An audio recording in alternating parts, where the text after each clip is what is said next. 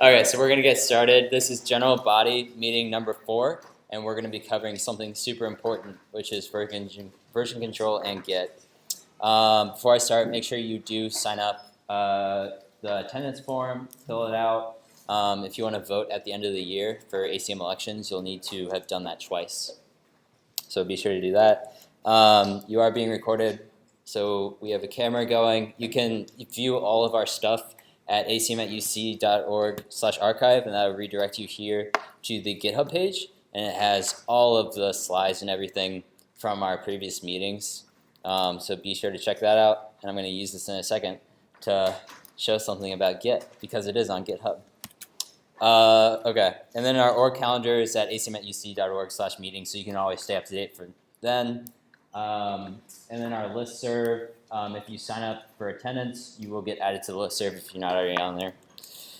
So we do a ton of stuff at ACM at UC. We have bi-weekly meetings, tech talks and workshops. We do social events. We do Revolution UC, the student hackathon at UC, which is coming up this spring. That's 300 plus hackers. We did Make UC last weekend, which was awesome. Yeah, and we did that with IEEE. We're doing Icpc, a programming competition, coming up in November. And we also have tutoring and office hours, which are every Tuesday and Thursday. So if you need help with your CS classes, come to our office hours. We'll help you out. We do have a Slack, acmcincy.slack.com. That is the best place to stay engaged with the ACM community. We do have a code of conduct. You can read it at acmuc.org/conduct.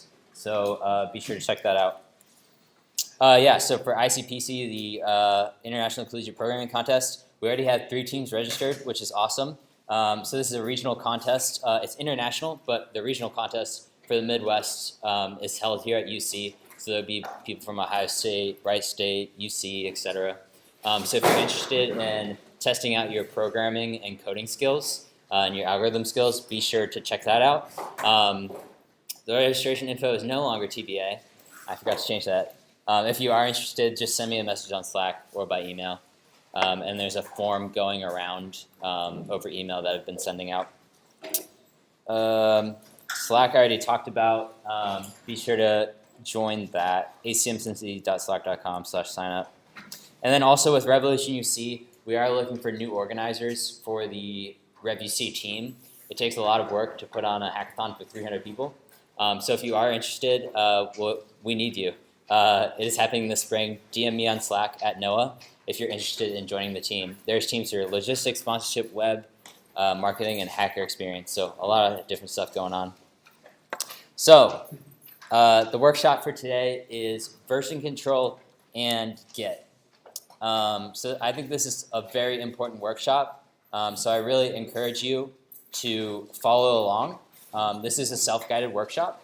So you'll have the notes right there in front of you on your machine, so you can go at your own pace. And we're here to help too. So if you get stuck or anything, it's no worries. Just raise your hand, and an upperclassman like Kurt and Zach will come around and try to help you through that issue. So the agenda is I'm going to talk a little bit about what is version control, what is Git, and give a quick demo. And then we'll do the self-guided workshop. So how many people have used version control? First of all, how many people have co-opted? Cool. Keep your hands raised. How many people have used version control on your co-op? Nearly everyone. So this is something that is super, super important. Version control is normally called a VCS, version control system, and it's literally just a place to track your code changes. So it answers simple questions. When were changes made? Like what file were they made in? Stuff like that. So it provides transparency in your code history, and it lets you collaborate with other people in the same code base, in the same project. So as a developer, I can see what all my other teammates are doing. So what is Git? Git is the most popular version control system in the world. It's distributed. There's no central server needed. It's created by the Linux community by this guy named Linus, who's also important for creating, like the Linux community and everything. So that's pretty important. It uses super simple commands, and it's very, very fast. It's not like these other bloated version control systems that are awful now and no one uses them. So Git is the best. So why learn Git? As I mentioned, it's an essential skill in industry. If you have this on your resume, companies are going to be like, yeah, we want to interview this person, probably, if you're a first year. It's super, super team oriented, and it's, of course, a great collaboration tool. So it gives you a full revision history of your project, start from the very beginning. And it is super fast and lightweight. So there is Git and GitHub. So what's the difference between Git and GitHub? Who has heard of GitHub? Who has a GitHub account? Almost everybody. Awesome. If you don't, you can create one today. We'll guide you through that.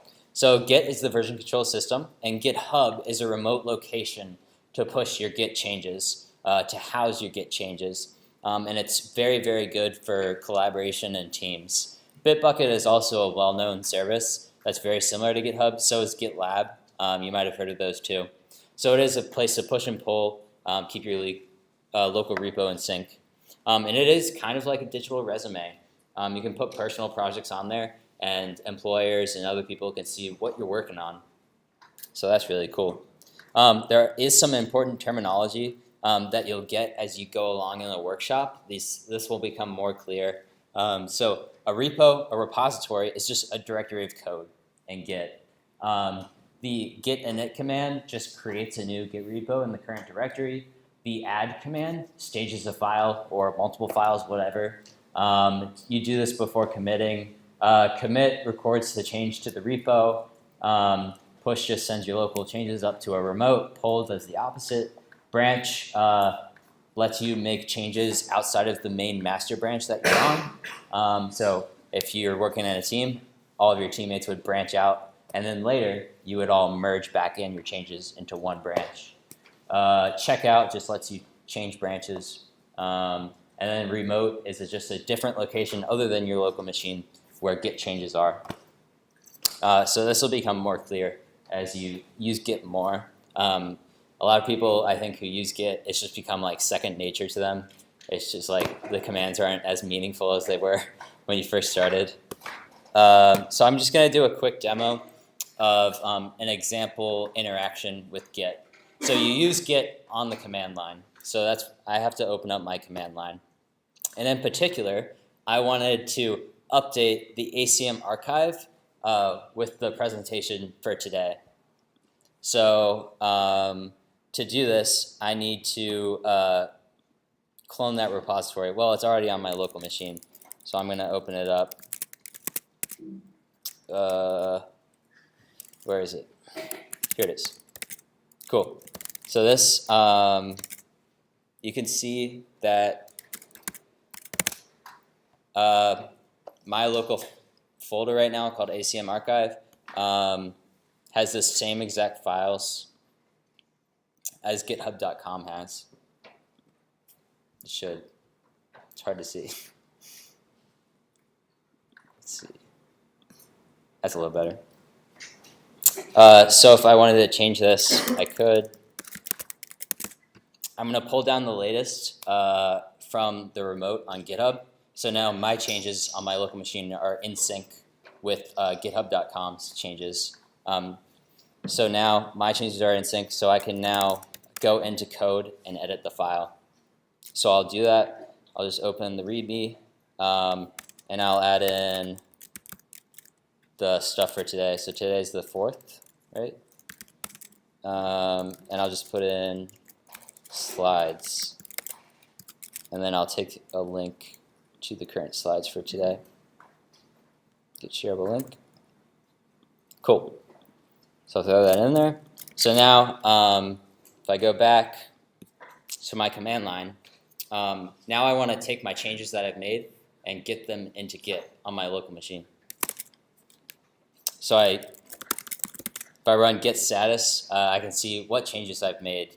So it looks like I've modified readme.md, which I have, so that's good. So I'll git add readme.md.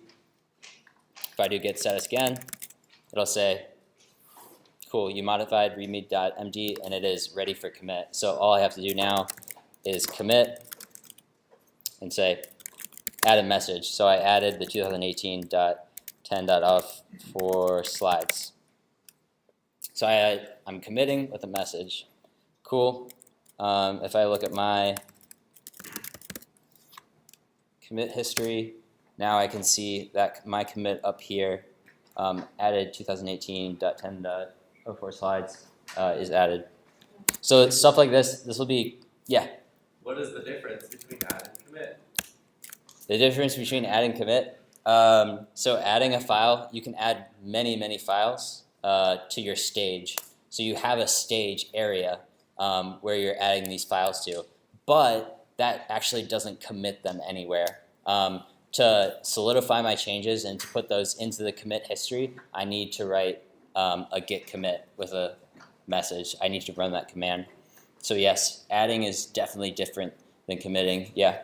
Do I have to add all of the files I have changed at once? No. You can select what files you want to add and commit individually if you wanted to, all separately or in groups, whatever you want. This will become more clear. This is just like a very quick demo before you do the self-guided workshop, so you can get a feel for what interacting with Git looks like. So now I have this, I have my change made, but now if you look on GitHub, it's still the old change. This is the latest commit on GitHub. So I need some way of getting my latest commit up to GitHub. That is just a git push. So I'm git pushing. I refresh, and there it is. So GitHub, the remote location, has my updated changes. So that's a super quick demo of what Git is capable of. Again, it's the most popular version control system in the world. So knowing it is a huge bonus. Okay, cool. So let's start with a self-guided workshop. You can go at whatever pace you want. It's totally cool. And if you have questions or you need help, we are here to help. So just raise your hand and someone will be around to help you out. So if you just go to this URL, I'll blow it up. Yeah.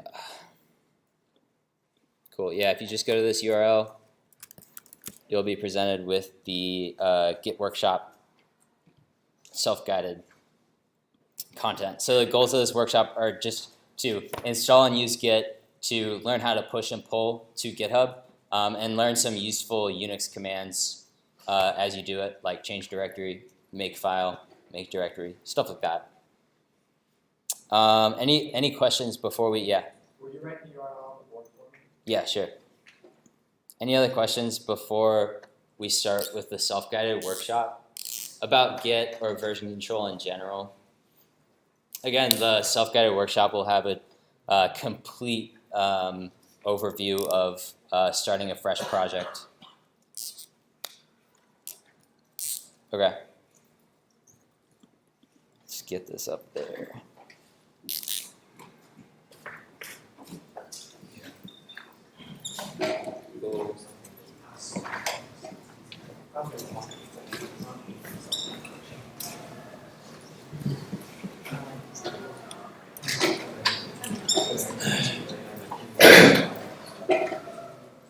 Okay.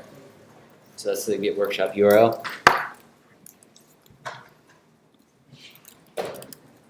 So if you were to, we have instructions for Mac, Linux, and Windows. Obviously, Mac and Linux are the superior operating systems, right? Controversial issue. So if I were starting out, just as like getting started here, if I were starting out, I would, of course, install Git, and then do my first configuration steps. So just setting my username, my email address, so that every single commit I make will have my name and my email address attached to it, so people know who exactly made this commit. And then here's an example of setting up your own local repository. So in our example, we're calling it My Project. Stop. So My Project. And then I git init. So that's how easy it is to set up your first Git repository. Good? Yeah. Just raise your hand if you need help with the self-guided workshop, and we'll be around. Yeah.